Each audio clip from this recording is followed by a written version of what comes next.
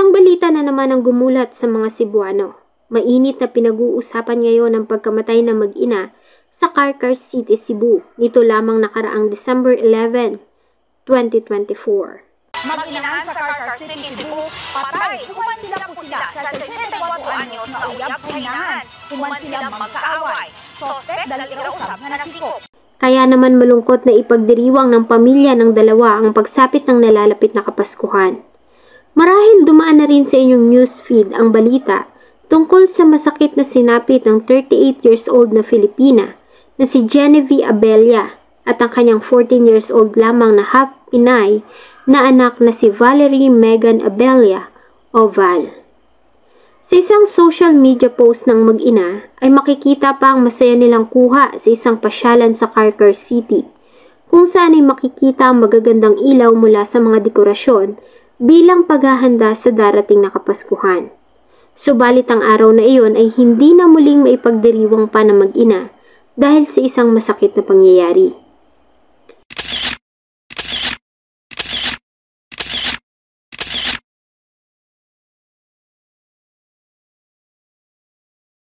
Bago ko po simulan ang ating story, sa mga bago po sa channel ko, please hit the subscribe button at pakipindot na rin po ang notification bell para ma-notify kayo pag may bago tayong upload na videos.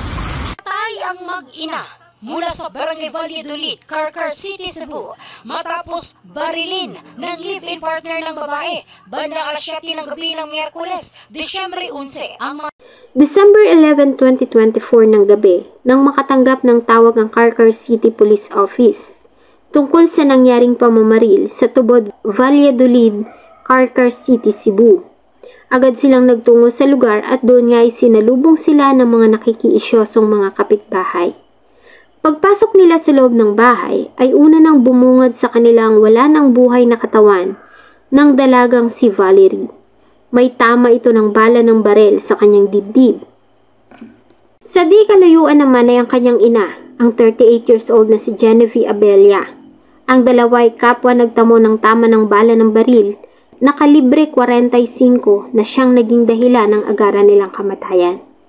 Si Genevieve Abella ay isang native ng Carcar City, Cebu. Bata pa lang ay ang kina nito magandang pisikal na kagandahan. Magandang hubog ng katawan, natural na mahaba at maalong buhok, mapungay na mga mata at malalim na dimple sa pisngi. Dahilan kaya naman marami ang mga binata na talagang nahumaling dito. Una nang nagmahal ng isang kapwa Pilipino si Genevieve at ang pagmamahal na yon ay nagbunga ng isang anak na lalaki. Subalit kalaunan ay naghiwalay sila at naiwan sa kanya ang anak.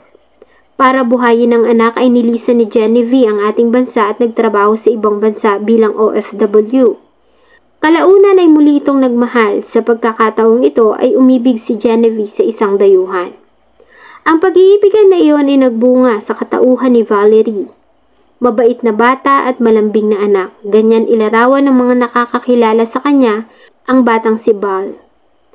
Tulad ng ina ay may kakaiba ding ang kinakagandahan ng dalaga. Sa katunayan ay malimit itong kunin bilang kalahok sa mga patimpalak ng pagandahan sa kanilang lugar o kaya naman ay sa paaralan.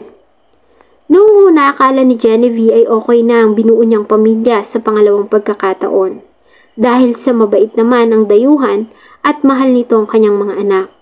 Subalit kalaunan tulad ng una ay iniwan din sila nito at sumama sa iba.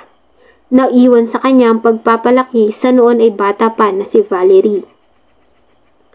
Sa kabila ng lahat ng problema at pagsubok sa buhay ay nagawa niya namang palakihin at paaralin ng mga anak. Sa katunayan, nang mangyari ang krimen ay grade 8 na si Valerie. Habang nagdadalaga ay mas lalong lumalim ang relasyon ng mag-ina. Kaya naman kung nasaan ang ina ay naroon din ito. Hanggang sa muling magmahal si Genevieve. Sa pagkakataong ito ay nakilala niya ang isang state agent na si Jetur La Peña. Residente din ng Carcar City, Cebu. Bagamat malayo ang agwat ng edad nito sa kanya ay madaling nahulog ang loob dito ni Genevieve dahil sa mapagmahal ito, malambing at maalaga. Bagamat may 6 na anak ay tinanggap nito at tinuring ding anak ang mga anak ni Genevieve. Dahil nga sa layo ng agwat ng edad at di hamak naman na maganda at bata pa si Genevieve, ay marami ang tumutol sa kanilang relasyon. Subalit pinaglaban ni Genevieve ang noon ay senior citizen na si Jetur, hanggang sa magdesisyon ng dalawa na magsama na sa iisang bahay. Noong una ay okay naman ang pagsasama ng dalawa, at maayos din naman ang naging pakikitungo ni Jetur kay Valerie, na ayon dito ay para na rin niyang tunay na anak. Subalit di nagtagal, ayon sa mga kaibigang matalik ng dalawa, ay lumabas ang ugali nito. At kadalasan nilang pinag-aawayan ay ang pagiging siloso nito. Ayon sa mga kapitbahay ng mga biktima, nang makapanayam ng mga pulis, noong gabi ng December 11, 2024, nang pasado alas 7 ng gabi, ay dumating sa bahay ang suspect na si Jetur, at lasing na lasing. Nasa labas pa lamang ng gate ay naririnig na nila itong nagsasalita hanggang sa magkaroon na ng pagtatalo ang dalawa. Di nagtagal ay nagulat na sila nang umalingaw-ngaw ang magkasunod na putok ng baril. Nang tignan nila ay nakita pa nila ang mabilis na pag-alis ni Jetur La Peña sa bahay ng mag-ina. Nang tignan nila ang loob ay dito na nga nila nakita ang dugo ang mga biktima. Kaya naman agad silang tumawag ng tulong at mga pulis. Si Genevieve ay nagtamo ng tama ng bala ng baril sa kanyang ulo. Samantalang ang 14 years old naman na si Valerie ay nagtamo ng tama ng bala ng baril sa kanyang dibdib. Kapwa malala ang naging tama ng dalawa, kaya naman agad din silang binawian ng buhay. Nagawa ding ma-recover ng mga investigador ang baril na ginamit sa pagpatay sa crime scene. Ganon din ang mga basyo ng bala ng baril. Dahil dito, ay agad silang nagsagawa ng hot pursuit operation at makalipas lamang ang ilang oras matapos na matagpuan ang wala ng buhay na katawan ng mag-ina, ay naaresto ang suspect, ang 64 years old na si Jetur La Peña. Maayos naman ito na sumama sa mga pulis, bagamat na natili namang tikom ang mga bibig nito sa kanilang mga katanungan. Ganun pa man, gamit ang mga ebidensya na kanilang nakalap sa crime scene at statement ng mga testigo, ang suspect ay opisyal na nilang sinampahan ng kasong 2 bilang ng pagpatay sa Prosecutor's Office ng Carcar City, Cebu. Sa kasalukuyan, siya ay nasa pangangalaga ng Carcar City PNP habang naghihintay ng mga paglilitis. Ang labi ng mag-ina ay kasalukuyan naman na nakaburol sa residence ng Abella sa Sitio Pugon, Barangay Tuyom, Carcar City, Cebu, at dadalhin sa kanyang huling himlay sa Gantuangco Cemetery sa darating na December 22, 2024 ng ganap na alauna ng hapon. Bagamat mabilis na nakuha ang hustisya para sa mag-ina, ay hindi naman matanggap ng mga nagmamahal sa dalawa ang nangyari, lalo na nga sa batang si Valerie. Malayo pa sana ang mararating ng kawawang dalaga.